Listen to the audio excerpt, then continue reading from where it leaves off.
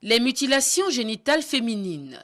Plus de 140 millions de femmes en sont victimes dans le monde, selon une estimation de l'Organisation mondiale de la santé. La pratique consiste à ôter de façon partielle ou totale chez la femme des organes génitaux externes avec des moyens rudimentaires, lame, rasoir, couteau, motif évoqué, le respect de la tradition.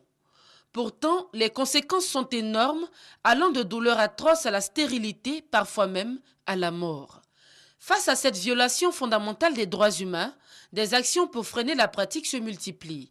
L'une des plus significatives date du 20 décembre 2012. C'est une résolution de l'ONU contre les MGF.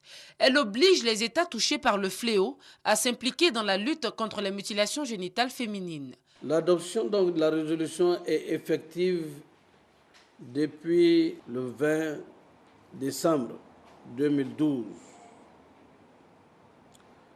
C'était à la 67e session de l'Assemblée générale qui exhorte en son article 4 les États membres à condamner toutes les pratiques nocives pour les femmes et les filles, en particulier les mutilations génitales féminines, en promulguant et en faisant appliquer une législation interdisant cette forme de violence et à mettre fin à l'impunité. En Côte d'Ivoire, les termes de cette résolution sont déjà en phase d'exécution. À l'occasion de la Journée internationale de la tolérance zéro à l'égard des MGF célébrée ce 6 février, la ministre de la Solidarité, de la Famille, de la Femme et de l'Enfant donne le ton au nom du gouvernement ivoirien. Femmes et hommes de Côte d'Ivoire, de nombreuses femmes souffrent en silence à cause de cette pratique sans fondement.